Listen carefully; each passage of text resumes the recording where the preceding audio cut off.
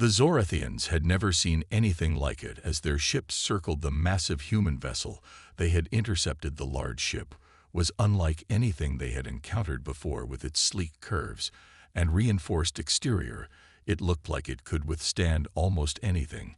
But the more they observed, the more confused they became. From the exterior, it looked like a prison ship filled with the worst criminals in the galaxy. But inside it was a strange contradiction. The humans aboard seemed to be relaxing, like they were on some sort of vacation, rather than locked in a high-security facility. The Zorathian captain, Fury, couldn't fathom it. They had tracked this ship for days, through asteroid fields and nebulae. They expected a dangerous criminal mastermind. Not this. The humans moved with casual ease. Their clothing was colorful.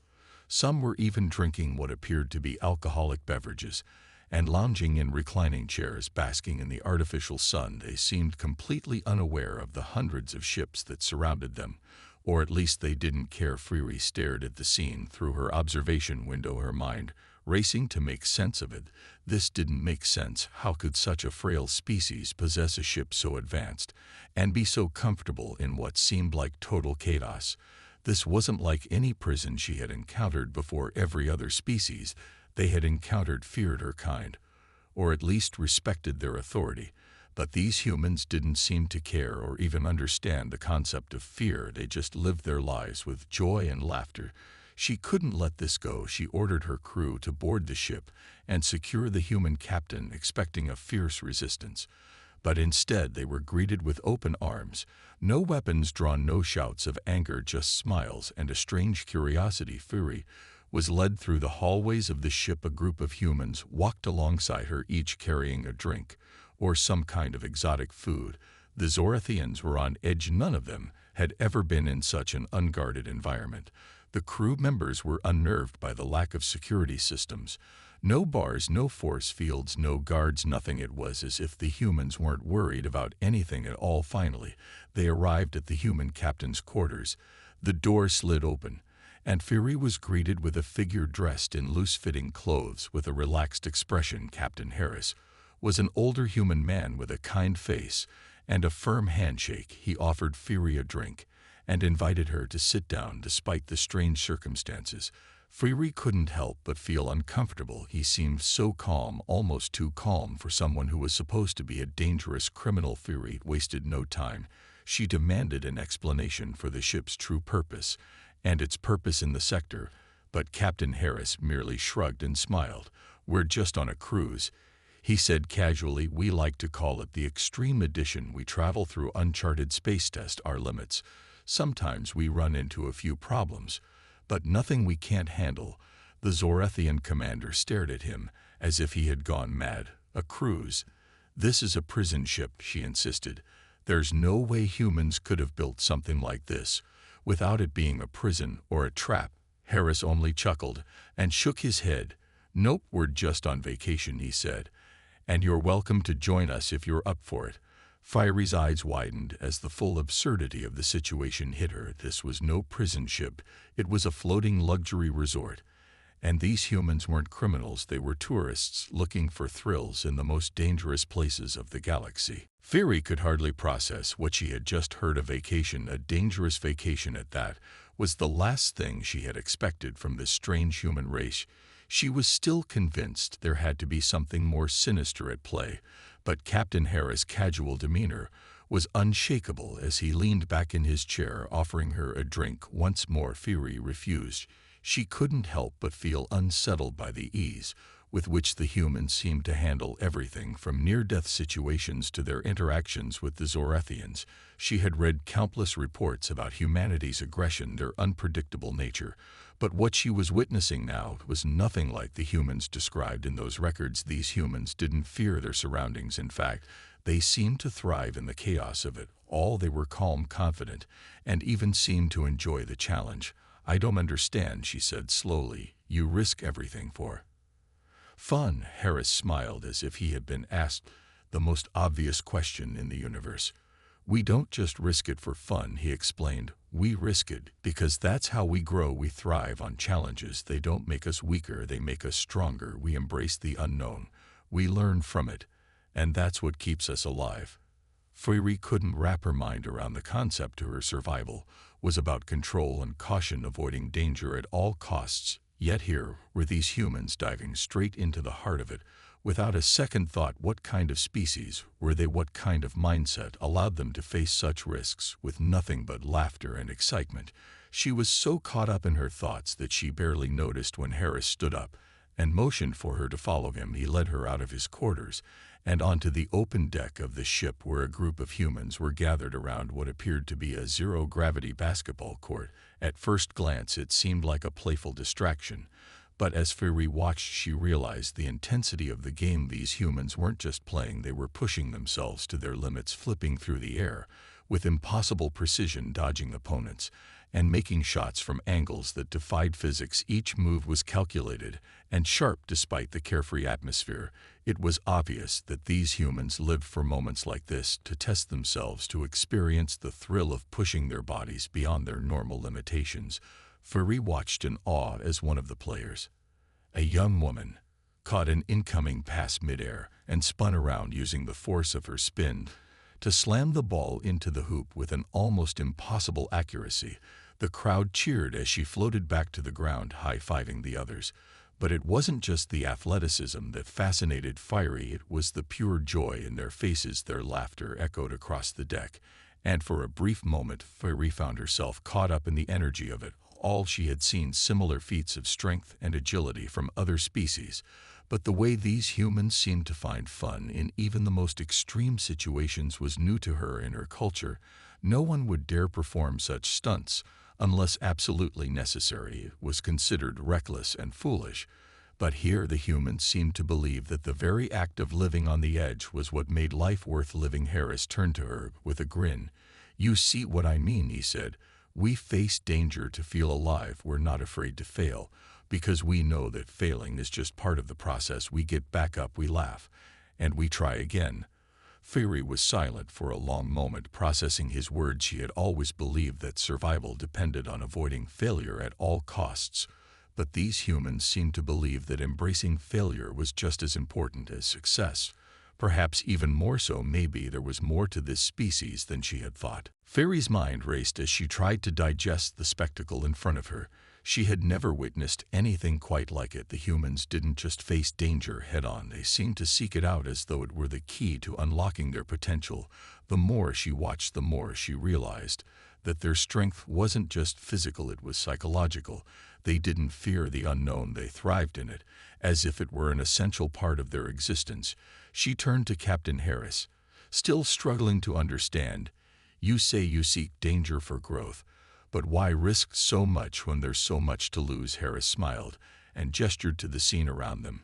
"It's not about losing," he said. "It's about pushing ourselves past the point where we think we can't go any further. That's where the real magic happens." Fury watched as another group of humans ran across the deck toward a massive holographic training ground. It was filled with obstacles and mock dangers designed to test their reflexes and quick thinking. One by one, the humans entered the course and navigated it with speed and ease, leaping over traps, ducking under falling debris, and using teamwork to get through the most complex sections. There was no hesitation, only focus and a deep sense of camaraderie among the crew. Even when one of them made a mistake, there was no judgment, just a collective effort to help that person succeed. Fury's gaze flicked from one human to the next as they cheered each other on. Her mind kept returning to the concept of failure. She had spent her entire life trained to avoid failure at all costs. It was seen as a weakness, a flaw that could get you killed in the galaxy, where survival depended on constant vigilance and perfection. But here these humans treated failure like a stepping stone, like it was part of the journey, and with each failure they seemed to grow stronger, to learn more about themselves and the limits they had yet to reach. She could hardly believe what she was seeing, and yet she couldn't deny it. Fury glanced over at Harris once again. His expression was calm, as if he had seen this all before. "So you're saying that failure doesn't stop you?" she asked incredulously. "No," Harris said with a laugh. "In fact, it's the best part. We don't let failure define us. We learn from it, then we try something else, and we keep going until we get it right, or until we find a new challenge that excites us." Fiery's thoughts were spinning. She had seen species bend and break under pressure. She had witnessed leaders crumble when faced with failure, but these humans weren't just surviving their trials, they were embracing them and growing in the process. She found herself wondering how they had come to see the world this way, what had shaped them to be so fearless, so relentless in their pursuit of new experiences and knowledge. Captain Harris seemed to sense her curiosity and offered her a deeper glimpse into human thinking. "You see," he began, "we're not afraid of what comes next, because we've been through enough to know that we'll figure it out one way or another. We've survived wars, diseases, poverty, but we've also experienced the best parts of life, the things that make everything worth it, the connections, the laughter, the challenges, and we know now that we're built for it all." Fury was silent for a long time, processing his words. She had never encountered a species so at peace with their own flaws and failures, and yet so driven by the desire to keep improving their understanding of the universe. She felt a shift in her perception of humanity. Something that had started as mere confusion was beginning to change into something far more profound. These humans were not the weak or reckless creatures she had once believed them to be. They were something else entirely. Just strange tourists on a reckless vacation. There was something deeper beneath their carefree attitude, something that made them more formidable than anything the Zorathians had ever encountered. The more she observed, the more the gap between her perception of them and reality grew. They weren't just survivors. They were conquerors of their own limitations, thriving where others would crumble. After the obstacle course, Fury was led to the upper observation deck of the SS Freedom, where the crew often gathered to relax and take in the view. The ship had just entered an uncharted sector, a place known for its cosmic storms and asteroid fields. Captain Harris stood next to her, pointing out the swirling clouds of radiation ahead. "Here comes the real fun," he said with a gleam in his eye, as if the approaching storm was an exciting new challenge. Fury had expected the humans to panic, or at least begin preparing their defenses, but instead she saw them assembling in groups, gathering supplies, and talking enthusiastically. Some were already strapping on spacesuits, while others were adjusting the ship's systems for the oncoming turbulence. It was like they were preparing for a high-stakes adventure rather than a life-threatening disaster. "What are you doing?" Fury asked, perplexed as she observed the crew. "We're getting ready for the storm," Harris replied. "It's a big one, but we've got this. We'll ride it out, maybe even get some incredible data from it. Some of us are even going to try a new maneuver just to see if we can pull it off." He said it so casually, as if navigating through a deadly cosmic storm was no different than taking a casual stroll. Fury's mind raced. She had never seen a species so comfortable with uncertainty, so determined to embrace the unknown without hesitation. To her, the storm was a danger, an uncontrollable force that could end their lives in an instant. But to these humans, it was an opportunity to learn, to explore, to test their skills. She could see it in their faces. They weren't afraid. They were eager. The storm hit with a suddenness that shocked even the Zorathians, who had been monitoring the area for hours. Massive waves of radiation blasted across the ship's shields, and asteroids began to rain down from the heavens. The ship rocked violently as the crew scrambled into action, their movements synchronized and precise. Fury was sure she would see panic or chaos, but instead, she saw something entirely different. The humans didn't flinch. They worked together with an ease and calmness that seemed almost unnatural. They adjusted the ship's trajectory with a steady hand, used the ship's gravity manipulation systems to avoid incoming asteroids, and even had the audacity to turn the event into a team-building exercise. One of the crew members was even laughing as he recalibrated the shields, as if it were just another day at the office. Fury couldn't believe her eyes. The storm was far more severe than anything she had ever faced, but the humans weren't merely surviving. They were enjoying it. It was as if they thrived on pushing the boundaries of what was possible, and danger wasn't something to fear, but something to embrace. As the storm began to subside and the ship emerged from the worst of it, Harris turned to Fury with a satisfied grin. "See, we made it through. And we learned a lot in the process." Fury was speechless. Her entire worldview was shifting. She had always believed that the key to survival was control, preparation, and caution. But these humans didn't need control. They created it as they went. They didn't wait for the storm to pass. They used it to propel themselves forward, to grow stronger. "We don't back down from anything," Harris continued, reading her thoughts. "The universe is full of challenges, and the only way to get ahead is to take them head-on." Fury, shaken but fascinated, finally spoke. "How do you stay so calm in the face of all this?" Harris shrugged with a smile. "You get used to it. And honestly, we just don't let fear dictate our actions. Fear holds you back.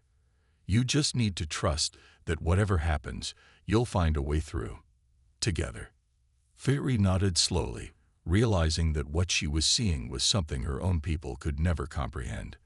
This was not just a different approach to life.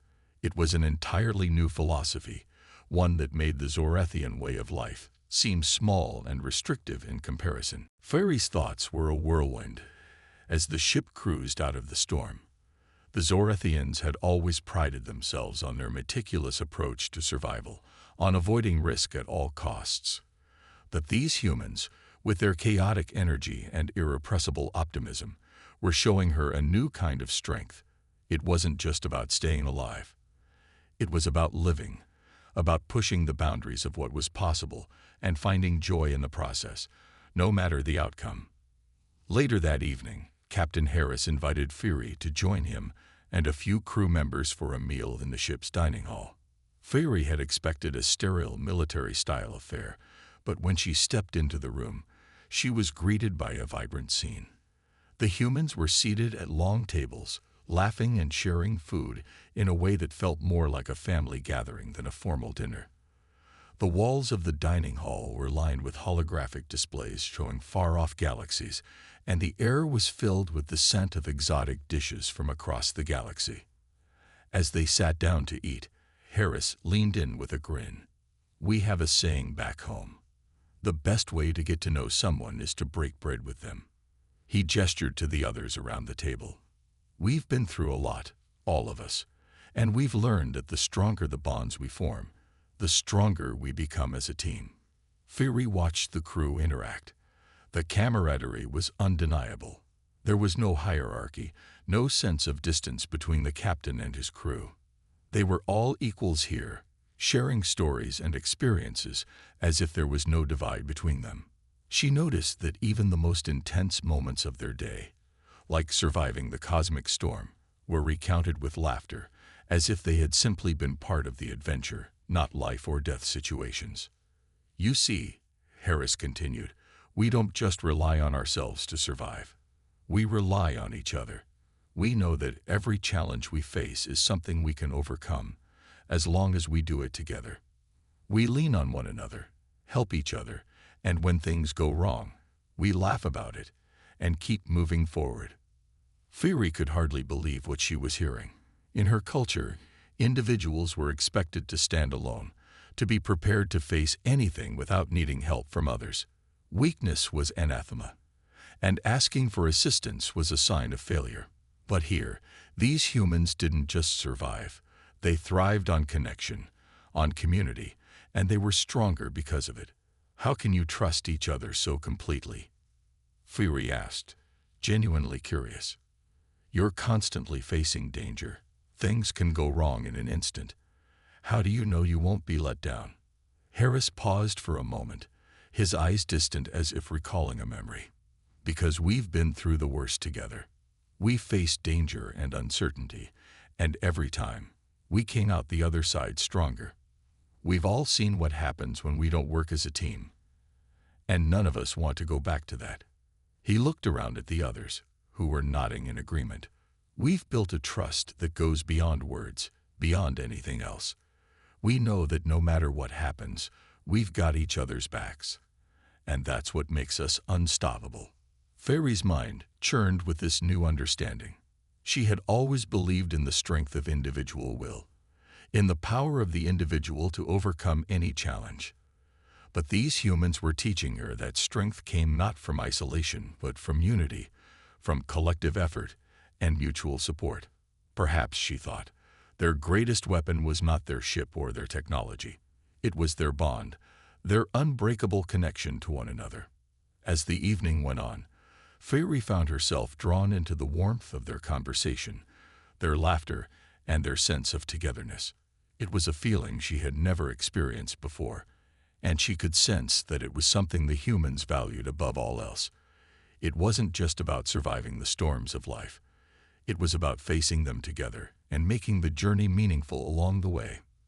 For the first time since her arrival, Fairy felt a flicker of respect for this species, and not just for their resilience or their courage, but for the way they had come to redefine what it meant to be strong. As the evening wore on, Fairy found herself strangely at ease among the humans. The laughter, the shared stories, the unspoken bond that ran through the group. It was unlike anything she had experienced. The Zorathians valued order, control, and individuality above all else. But these humans, with their carefree attitude and unwavering unity, were beginning to open her mind to a different kind of strength. After dinner, Captain Harris invited her to take a walk around the deck. The ship was now cruising through an uncharted nebula, and the glowing clouds of gas outside gave the surroundings an ethereal, almost magical quality. Fairy had always believed that the unknown was something to fear, something to conquer with caution and precision. Yet here, she could sense the human crew's excitement, as if they were on the verge of discovering something new, something exhilarating. "You know," Harris began, his voice thoughtful as they walked, "there's something about the unknown that draws us in. I think it's because we don't see it as a threat. We see it as an opportunity. We've learned that the more we face the unknown, the more we grow. Every new challenge, every uncharted corner of the galaxy, it's a chance to become more than we were yesterday." Fairy turned to him, trying to process his words. "But what if the unknown hurts you? What if it destroys you?" Harris stopped walking and looked out at the nebula, his eyes scanning the swirling clouds of gas. "It's possible," he said, his voice steady. "But we're not afraid of that. We've seen the worst, and we know that no matter what happens, we'll adapt. We'll come back stronger. The key is not to fear it, but to embrace it, to learn from it. Fear only holds you back from growing." Fairy thought about his words, trying to reconcile them with her own beliefs. Her people had been trained to avoid the unknown, to minimize risk, and to seek security in all things. But these humans were showing her something different. They didn't just endure the unknown. They thrived in it, seeking out its challenges, using them to grow and evolve. As they continued their walk, Fairy observed more of the crew going about their tasks. They weren't just working. They were laughing, experimenting, and taking on new challenges without hesitation. It was as though they saw life itself as a grand experiment, a chance to test their limits and expand beyond what they had been the day before. She couldn't help but ask, "Is there ever a moment when you all feel fear?" Harris paused and looked at her with a kind smile. "Sure. We're human after all. We feel fear, but we don't let it control us. We let it guide us, maybe, but we don't let it dictate our actions. Fear is just a part of life. What matters is what we do with it." Fairy mulled over his words. In her experience, fear had always been the enemy, the thing to be avoided at all costs. But here, it seemed to be something else, a tool, a part of the process, a reminder that they were alive and capable of overcoming whatever challenges came their way. They reached the edge of the deck, and Harris turned to her, a glint of mischief in his eyes. "We're coming up on something exciting. Want to join us for a little challenge?" Fairy raised an eyebrow. "What kind of challenge?" "You'll see," Harris said with a wink, stepping toward a hatch that led down to the lower levels of the ship. Fairy followed him, curious despite herself. As they descended into the ship's lower quarters, Fairy couldn't shake the feeling that these humans were about to show her something that would once again defy her understanding of their species. Whatever it was, she realized it wasn't just about surviving. It was about embracing every moment of life, regardless of what it might bring. The hatchway opened into a large, dimly lit room that was unlike any part of the ship Fury had seen before. The walls were lined with various tools, gadgets, and what appeared to be complex training equipment. At first glance, it seemed like a makeshift workshop, but as she took in the details, she realized it was something more. A challenge zone, a place where the crew tested their limits in a controlled yet unpredictable environment. "Welcome to the toughest test chamber," Harris announced with a grin. "We use this for everything. Physical, mental, emotional. It's not just about survival here. It's about discovering the most unexpected parts of ourselves." Fury looked around, her eyes narrowing in curiosity. "What kind of tests do you run here?" "The crew seems, well, quite content. Surely you don't mean to subject them to real danger." Harris chuckled, as if the notion of danger was a far-off concept to him. "Oh, it's not about danger. It's about stretching the limits of what we can do. We've set up challenges that force us to adapt, to think on our feet, and to push ourselves beyond what we thought possible. It's not about winning. It's about learning and growing." Before Fury could respond, one of the crew members, a tall, lean man, stepped forward. He was wearing a harness connected to an array of cables, with a look of excitement on his face. "Captain, we're ready for the next run," he called out, gesturing to the room. The man stepped onto a platform that was surrounded by a grid of lights, which began to flicker as the challenge started. The room seemed to shift in response to the activation, and Fury felt the air tense with anticipation. Harris turned to her, his eyes twinkling. "You see," he said, "the challenge is designed to throw you off, to make you uncomfortable. We don't know what will happen next.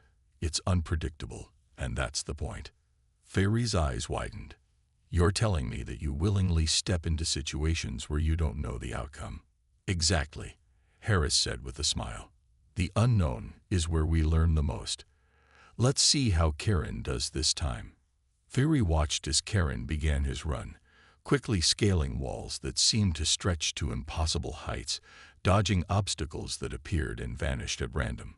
There were swings, magnetic pulses, and shifting gravity fields, all of which seemed designed to test both his physical and mental agility. The room seemed alive, adapting and changing in real time to challenge him at every step. Karen, however, was unfazed. He moved with precision, his body reacting instinctively to each new trial. When an obstacle caused him to miss a jump, he didn't hesitate. Instead, he used the mistake to launch himself higher, as if learning from the failure instead of letting it stop him. With each obstacle he overcame, his movements grew more fluid, more confident. When he finished the course, he landed lightly on the ground and turned to face the group.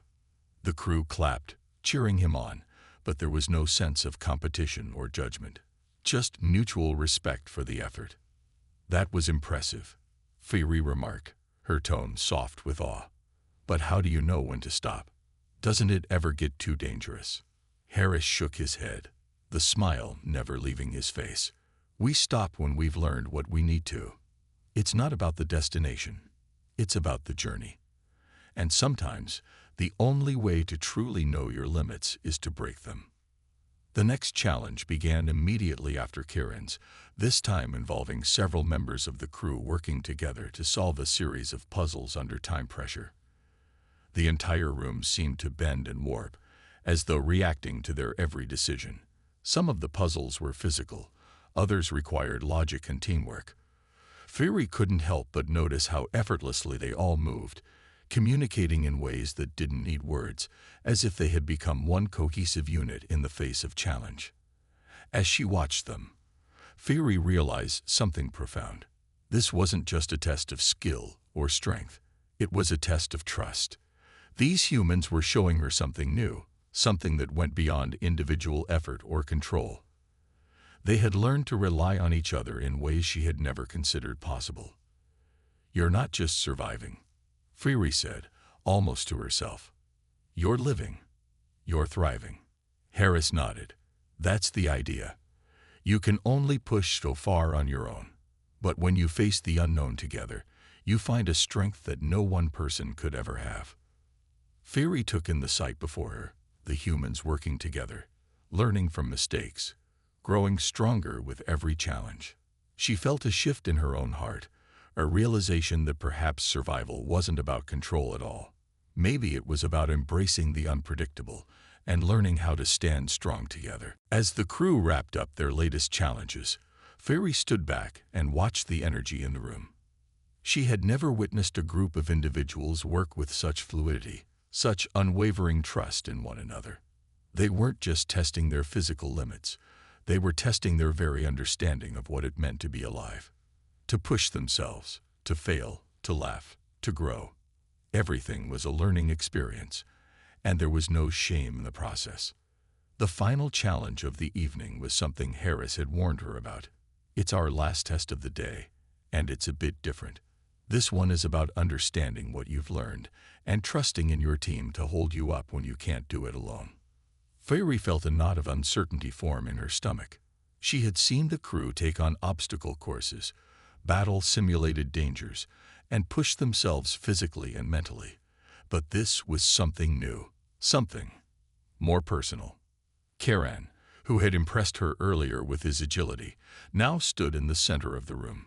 His gaze was focused, yet calm, as the team began to gather around him.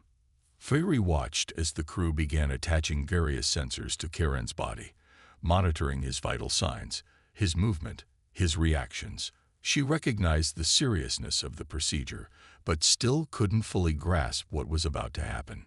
This challenge, Harris said, turning to her, requires complete trust in the group. Karen is going to attempt something risky, something we haven't seen before. It's a mental and emotional trial more than a physical one. Fairy frowned. What kind of risk? Harris didn't immediately answer. Instead, he motioned for the crew to form a circle around Karen. The room fell into an almost eerie silence as they all seemed to prepare for something. Karen closed his eyes, taking a deep breath, and then spoke. Trust is the most dangerous thing we have, Karen said, his voice steady. Because when you trust someone, you're giving them the power to control your fate. But without it, we can't achieve anything great, so I'm going to test that trust. Fairy's heart raced. She had witnessed every test, every challenge, but this was different. Karen was standing in the center of the group, trusting them with his fate. The rest of the crew stood still, watching him, their expressions unwavering. Then, without warning, Karen let his body go limp. The sensors on his body beeped as his muscles relaxed, and he began to fall backward, fully relying on his team to catch him. Fairy gasped as she saw him descend into what seemed like a dangerous free fall. The crew moved without hesitation, their hands reaching out at just the right moment. In an instant, Karen's body was caught, supported by the others, and they gently lowered him to the ground. Fairy was stunned. She had seen these humans face countless dangers before, but this was something entirely different. This wasn't about survival or pushing physical limits. This was about vulnerability. This was about giving up control entirely, about trusting that someone else could catch you when you couldn't catch yourself. As Karen stood up, dusting himself off, he looked at Fairy with a small smile. That, he said, was the hardest part. Letting go of the need to control everything and trusting that the people around you will always have your back. It's the ultimate test. We've learned that strength isn't just about what you can do yourself. It's about how much you trust the people you choose to surround yourself with. Fairy was speechless. The Zorathians had always believed that survival was about mastery, about maintaining control at all costs. But here, with these humans, it was clear that the key to strength lay in something completely different. It was about community, about reliance on others, about embracing the unknown and knowing that you weren't alone in it. Is this the secret? She finally asked, her voice barely above a whisper. The strength of your people. This trust. Harris stepped forward, his gaze gentle but resolute. It's more than a secret. It's our foundation. Trust, love, and the willingness to face every challenge together. Alone, we might be strong, but together, we're unstoppable. Fairy stood in the middle of the room, the weight of his words settling over her like a blanket. For the first time in her life, she realized how small her understanding of strength had been. These humans had shown her that true strength wasn't about avoiding failure or clinging to control. It was about embracing the unknown, learning from mistakes, and trusting that no matter what happened, the people around you would help you get through it. For the first time since her arrival, Fairy felt a new sense of respect and admiration for the humans. They had come to embody something she had never thought possible, and she couldn't help but wonder what else the universe might hold if only she too could embrace the unknown with them.